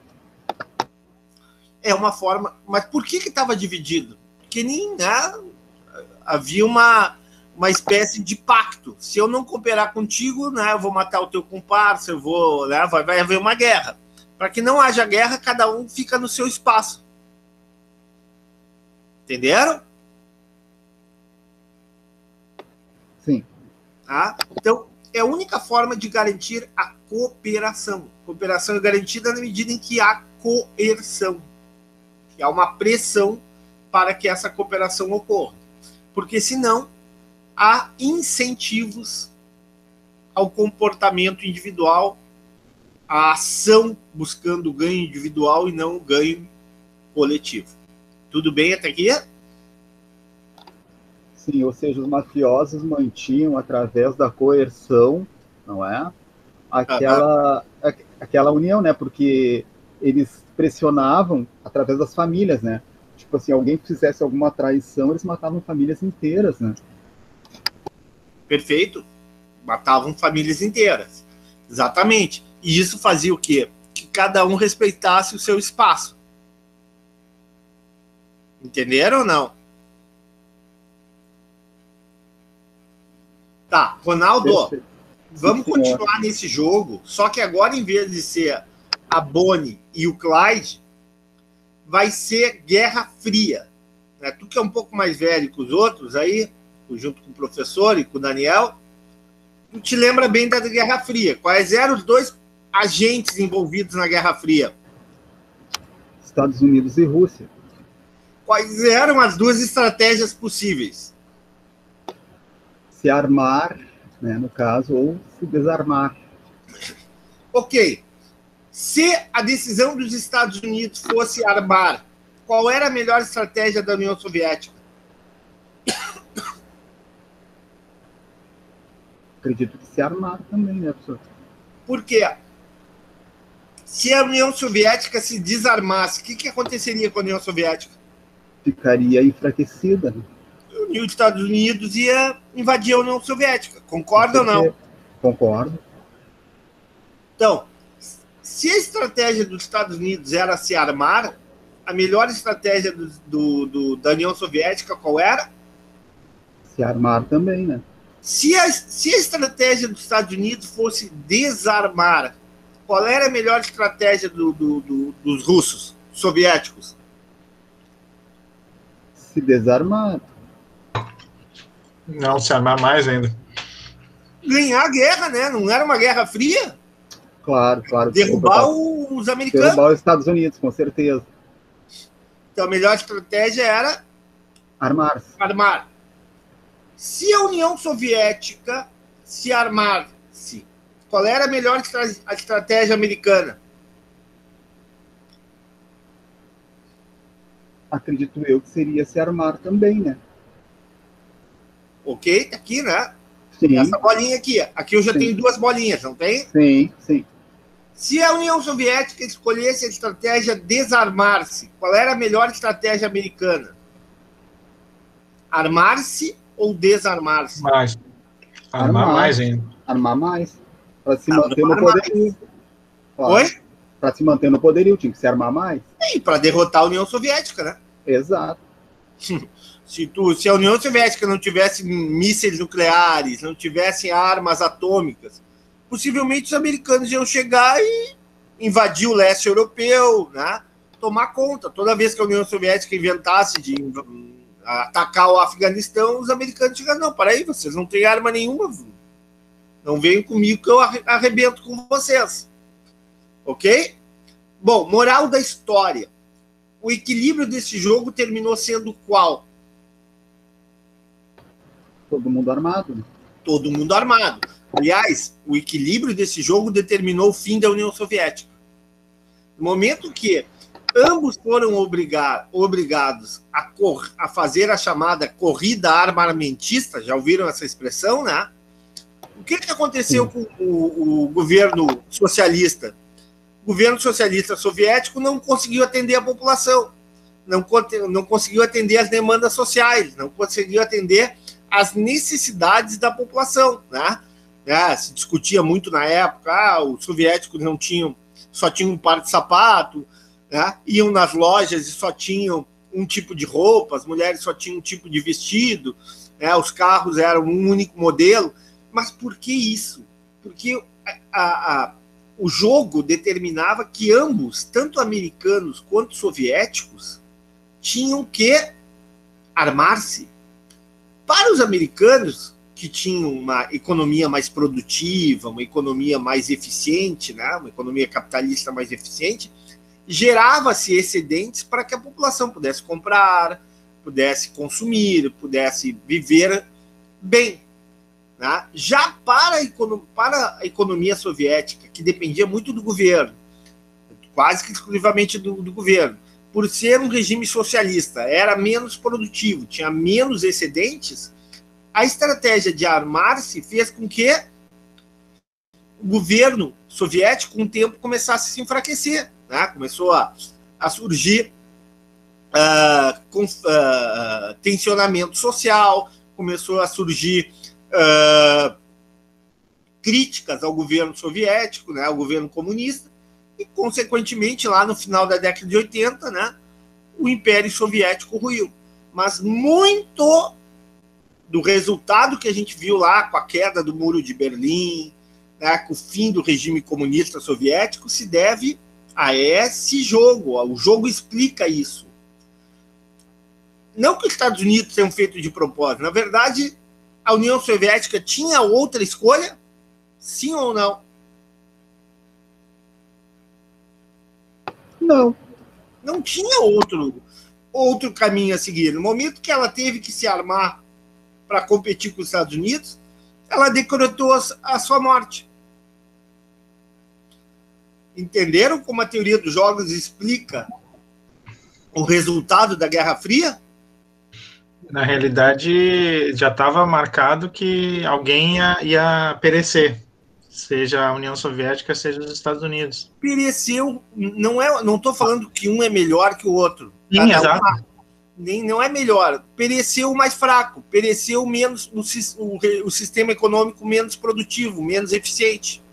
Concordo. Até porque na União Soviética, como disse o senhor, eles não produziam excedente, né, para poder passar um bem-estar de consumo para a população, né, ao contrário dos Estados Unidos. Né? Porque a gente sabe que o sistema coletivista ele gera menos excedentes, ele é menos produtivo, ele gera menos incentivos para o desenvolvimento de novas tecnologias, claro, ele é menos concentrador, ele promove menos desigualdade de renda, tudo isso a gente sabe também, não vou ficar repetindo aqui. Tá? Cada um dos sistemas tem o seu benefício, tem as suas vantagens e desvantagens, mas do ponto de vista de produtividade, o capitalismo é mais eficiente. Consequentemente, num contexto de corrida armamentista, isso gerou mais prejuízo para a União Soviética que para os Estados Unidos. A consequência foi que os Estados Unidos venceu a Guerra Fria. Tá? a coisa boa foi o seguinte, no momento que ambos se armaram, não teve... a guerra foi fria, a guerra não foi quente, né? Ninguém jogou bomba em ninguém, né? Concordo. Para nós foi muito bom, para o mundo foi muito bom. Mas, para a União Soviética, esse jogo determinou o quê? Determinou a sua falência, determinou o seu fim. Né? No momento que a corrida começou a existir, primeiro foi a corrida espacial, tá? Mas depois disso, e implicou em grandes gastos para o orçamento americano e para o orçamento soviético, foi a corrida de armas, de armas nucleares e tal. Para os americanos, que eram uma economia mais produtiva, mais eficiente, o excedente gerado era suficiente para promover riqueza, crescimento do consumo, né? A sociedade americana que aumentou o consumo, aumentou a sua riqueza. Para os soviéticos, que dependiam, né, muito desse orçamento para promover benefícios sociais, garantir uma melhor condição de vida para a população, essa estratégia não cooperativa, eles cooperaram aqui. Qual seria a estratégia cooperativa aqui? Desarmar. Mas não foi o resultado do jogo, concordam? Sim. Entenderam ou não? Sim. Tá. Quem é que lê esse jogo para mim aqui? Vamos ver aqui. Quem interpretar esse jogo aqui ganha 0,2 na prova. Quem é que quer interpretar? Eu tô comendo, eu não posso. Tá. Juliane, Gurias, Tabata. Vou dar para a mulherada aí a chance. Alguém quer ganhar 0,2 na prova? Professor, querer todo mundo quer. Agora basta saber quem é que vai se voluntariar. Não sei. Tem que para ganhar alguma coisa tem que merecer. Alguém quer tentar explicar esse jogo aqui?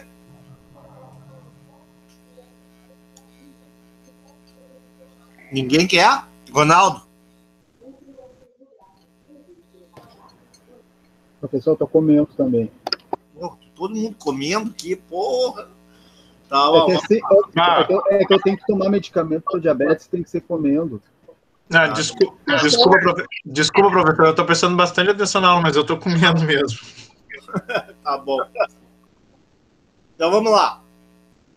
Aqui é a mesma coisa, pessoal. Iraque e Irã, não teve guerra Iraque e Irã na década de 80? Ambos não eram produtores de petróleo? Tá? Qual é o resultado aqui? Né? Produção alta, produção baixa. Se eles cooperassem, né, o ganho, o ideal seria produção baixa e produção baixa, produção de petróleo, porque ó, o ganho deles seria quanto? 50 bilhões. Né? Contudo, um tinha medo que tivesse produção baixa e o outro aumentasse a produção. E o que aconteceria? Um ganharia 30 e o outro ganharia 60. Moral da história, o que aconteceu? Ambos optaram por uma estratégia não cooperativa. Qual é a estratégia não cooperativa? Ambos produziram petróleo em alta quantidade. Moral da história, ao invés de ganharem 50, terminaram ganhando 40 cada um. Novamente, o resultado do jogo foi um resultado não cooperativo.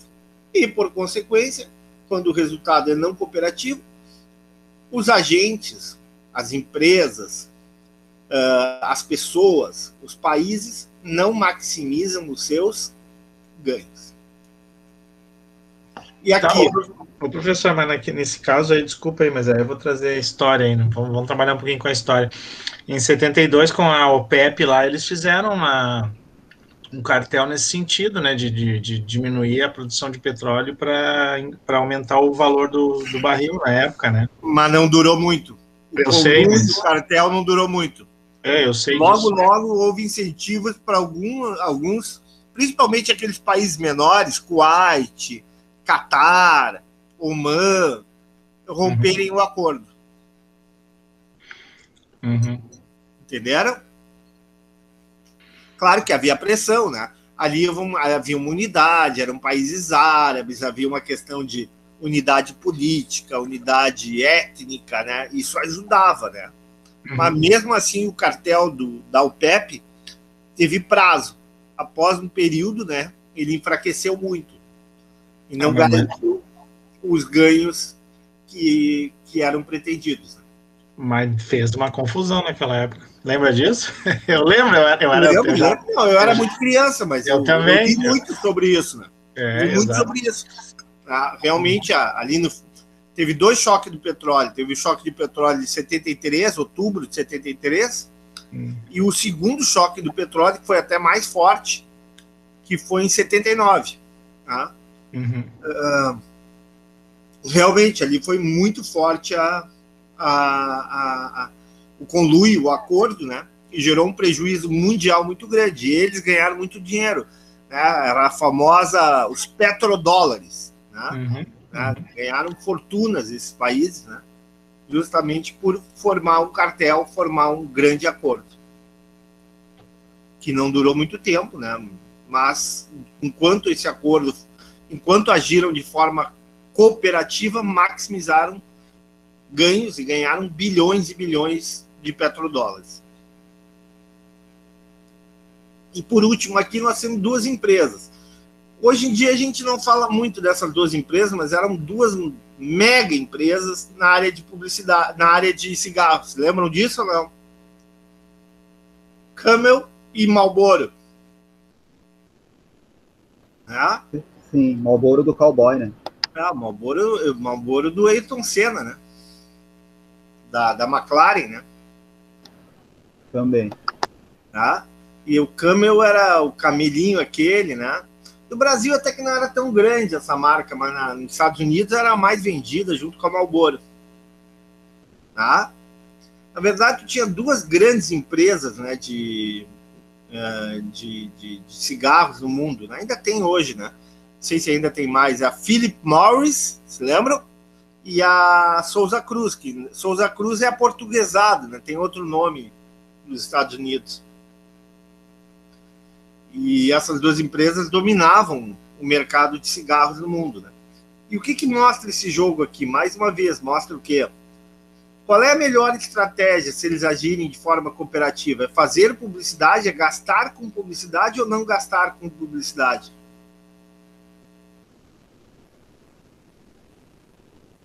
É a célula 1, gastar com publicidade ou não gastar com publicidade? Olhem aqui.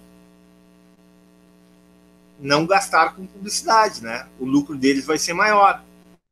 Mas qual é o grande medo? É que um gaste com publicidade e outro não. No momento que um gasta, um faz publicidade e outro não faz, o lucro dele aumenta muito e do outro diminui muito. Né? Aqui, por exemplo, ó, a Camel faz publicidade e a Marlboro não faz. A Camel obtém um lucro de 5 e a Marlboro só 2. Ao contrário, aqui, ó, a Marlboro faz publicidade e a Camel não faz. A Marlboro obtém um lucro de 5 e a Camel obtém um lucro de 2. Moral da história, qual é o resultado nesse jogo? Embora o resultado melhor seja esse aqui, ó, ambos não fazem publicidade e cada um ganha 4 milhões, o resultado do jogo será esse, será um resultado não cooperativo. Né? Ambos vão fazer publicidade com medo que o outro faça e retire de si uma boa parte do lucro, mas no momento que eles gastam com publicidade, o ganho deles vai ser menor. Não vai ser 4, vai ser 3. Entendido? Ficou claro? Sim ou não? Sim, ficou claro. Sim. Mas agora faz sentido. Eu não, RJ Reynolds, a concorrente da Philip Morris. Reynolds, né? Isso, RJ Reynolds. Tá, mas agora faz sentido então, porque que quando tinha os carros da Marlboro lá, também tinha até a Cássia falou ali do carro amarelo do Ayrton Senna, mas antes tinha a Lotus lá, o John Player Special. E eu não sabia dessa concorrência deles tão grudada assim um no outro. A ideia, mas serve o seguinte, a teoria dos jogos explica, por exemplo, depois a gente vai falar a aula que vem, A teoria dos jogos explica porque os Estados Unidos não assinaram o protocolo de Kyoto.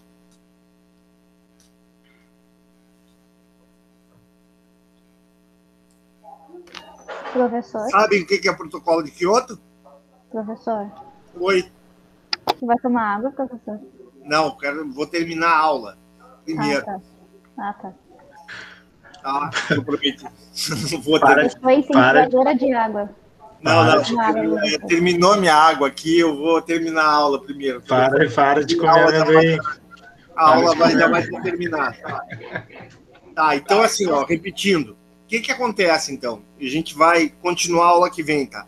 A teoria dos jogos explica muito a formação de cartel, a formação de resultados cooperativos. Mas, para cooperar, é necessário, muitas vezes, coerção. É necessário, muitas vezes, um incentivo, né, um mecanismo que façam os agentes cooperarem. Tá? E isso vai explicar a formação de cartéis, a formação de conluios e, consequentemente, vai explicar uma relação desigual entre os cartéis e os consumidores. Tá? É isso aí. Tá? As próximas lâminas é justamente o que a gente vai falar aula que vem. Né? O oligopólio, né? Os tipos de oligopólio, e vamos falar também sobre concorrência monopolística. Eu vou colocar para vocês mais uma lista de exercício. Tá? Nós temos que terminar aquela lista. Provavelmente, final de semana, eu vou agendar com vocês alguma coisa para terminar aquela lista. E começar uma nova lista de exercícios já com teoria dos jogos, com exercício sobre teoria dos jogos. Tá?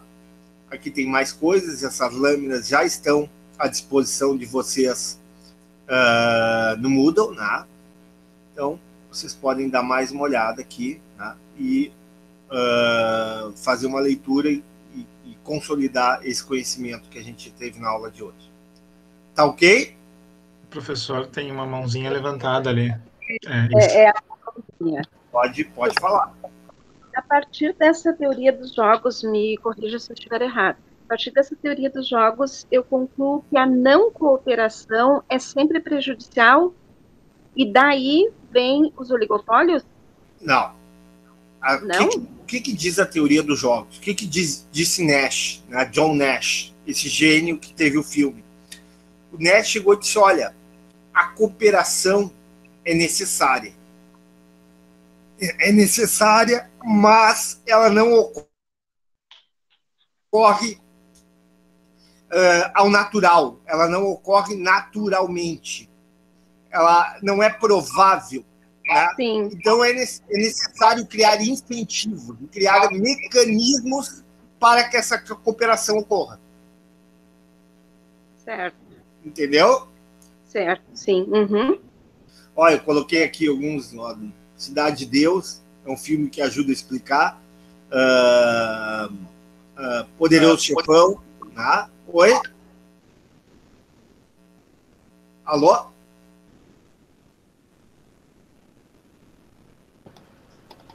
Só gente boa ali, né? A Cidade de Deus. Né? Acho que é o Poderoso Chefão aqui, Os Intocáveis. Maciosos. Aqui, gente ó, boa, gente aqui, ó. Não era só países árabes, ó. Esses aqui eram árabes, eu não sei, acho que isso aqui é Nigéria, e aqui eu acho que era Angola. Venezuela. Não, eu acho que era o Sudão ali. Não, não é Sudão, não, mas não é Angola, não. Angola não. Angola aqui embaixo não é Angola? Sabe que Que eu não Angola. sei. Será? Que Angola. Eu acho que é Angola, sim, que ele é África. E aqui eu não é Nigéria, eu não me lembro que país é esse. Nigéria, eu não sei se é exatamente Nigéria esse aqui. Isso aqui é Líbia, né? E Argélia, né? E aqui tu tem a Arábia Saudita, tem Irã, que é o maior aqui, e o Iraque, que é o menor. Venezuela e Equador aqui. É Angola mesmo, tá certo. Só não, eu não tenho certeza esse aqui, acho que é Nigéria. Mas não tenho certeza. Tá? Bom, tem vasta leitura aí para vocês, tá?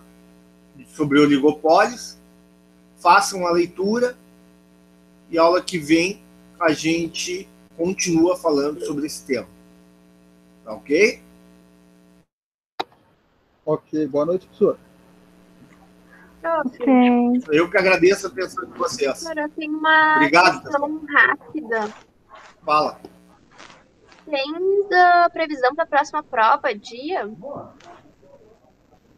Eu Calma, já eu não tive conversamos. tempo ainda. Oi? Já conversamos sobre isso, Bruna. Quer a palavra, Juliane? Não, eu ia responder a colega, mas pode Pode explicar, responder, professor. pode responder. Que eu sei que o senhor está com uma dificuldade de falar aí. Né? Pode responder, Então, Guria, fala. Então, Bruna, a principal. Perdão, buguei. A prova ficou para o dia 1º de julho. Ok. Muito obrigada, gente. E Boa 15 noite. de julho é o 15 exame. de julho é o exame e o último dia de aula de economia da saúde. É isso. Mais algum gente. questionamento? Fala, Bruna. Não, muito obrigada. Só queria agradecer. Tchau, dá uma boa noite. Vai tomar água, professor? Boa noite. Vou tomar água. Se vocês me deixarem, vou tomar água. Boa noite, professor. Boa noite, colegas. Tá bom, um abraço para vocês. Valeu, tchau, tchau. Tchau.